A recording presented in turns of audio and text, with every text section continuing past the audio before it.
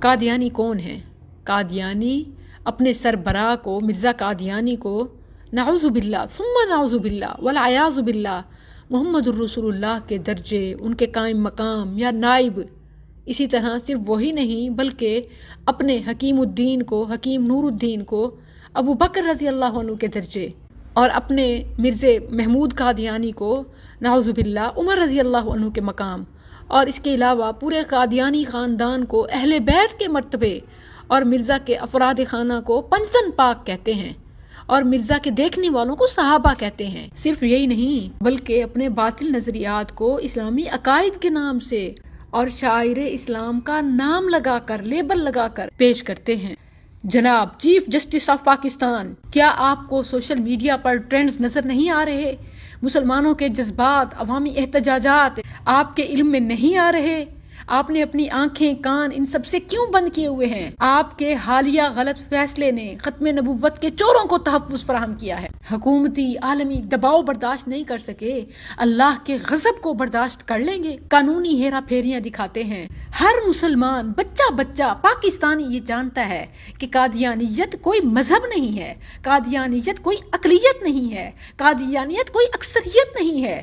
نہ وہ خود کو اقلیت کہتے ہیں، نہ اسلام انہیں اقلیت تصور کرتا ہے، نہ ہی قانون میں وہ اقلیت ہیں۔ آپ نے اقلیتوں کے حقوق کے نام پر، مذہبی آزادی کے نام پر، بین الاقوامی ہم آہنگی رواداری کے نام پر مرتدوں، زندیقوں، کافروں کو تحفظ دیا۔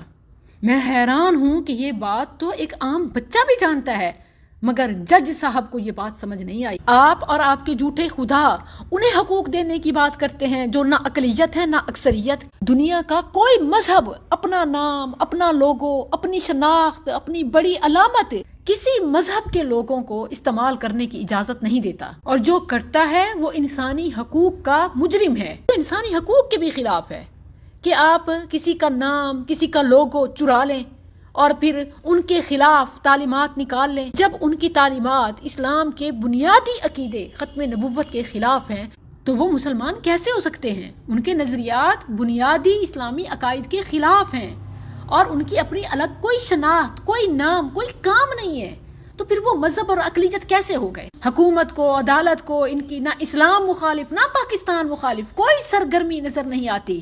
آپ ہیں کہ انہیں حقوق انسانی کے نام پر بھرپور تحفظ دینے پہ تلے ہیں۔ یاد رکھیں کہ قادیانیوں کو اقلیت قرار دینا ہی غلط ہے۔ قادیانی کسی عام غیر مسلم کے بجائے دراصل مرتد، زندیق، حربی اور مکار ہیں، جو نہ صرف اسلام اور پاکستان کے بدترین دشمن ہیں بلکہ اسلام کا نام لے کر دھوکہ دہی کے ذریعے اسلام کے تشخص کو بگاڑنے اور مسلمانوں کو مغالطہ دینے میں لگاتار مصروف ہیں۔ پاکستان کے قاضی ہیں یا یورپ کے نمائندے جو ملک و ملت کے دشمنوں کو تحفظ دینے کے لیے قانون پاس کر رہے ہیں، کبھی حقوق انسانی، کبھی مذہبی آزادی، کبھی اقلیتوں کے تحفظ۔ واہ واہ، کبھی انہیں دنیا بھر میں مسلمانوں پر ہونے والے مظالم بھی نظر آتے ہیں۔ کیا اسلام کوئی مذہب نہیں؟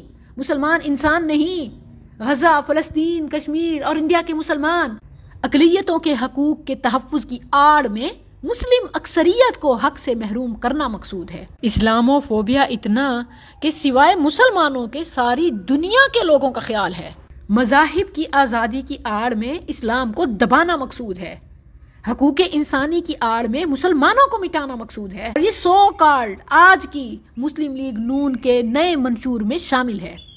اقلیتوں کے خلاف تشدد کے واقعات سے نمٹنے کے لیے سخت سزائیں دی جائیں گی۔ اب بتائیے کہ پاکستان میں ان پر ظلم کہاں ہو رہا ہے؟ وہ پاکستانیوں کو یرغمال بنائے ہوئے ہیں، بلکہ دنیا بھر کے مسلمانوں کو، یہ اقلیتیں اکثریتوں کو کھائے جا رہی ہیں۔ ذرا رفح بارڈر کے گرد نظر تو دوڑائیں۔ اس خزانے اگلتی پاک سرزمین پر وہ حکمران جو ہیں اصل میں غلام بٹھائے جاتے ہیں، جو مذہب کی جبری تبدیلی روکنے کی آڑ میں اسلام کا دروازہ بند، مسلمان ہونا بین اور باقی سب کچھ ہونا قبول کرتے ہیں، ایسے منشور اور قانون پاس ہوتے ہیں۔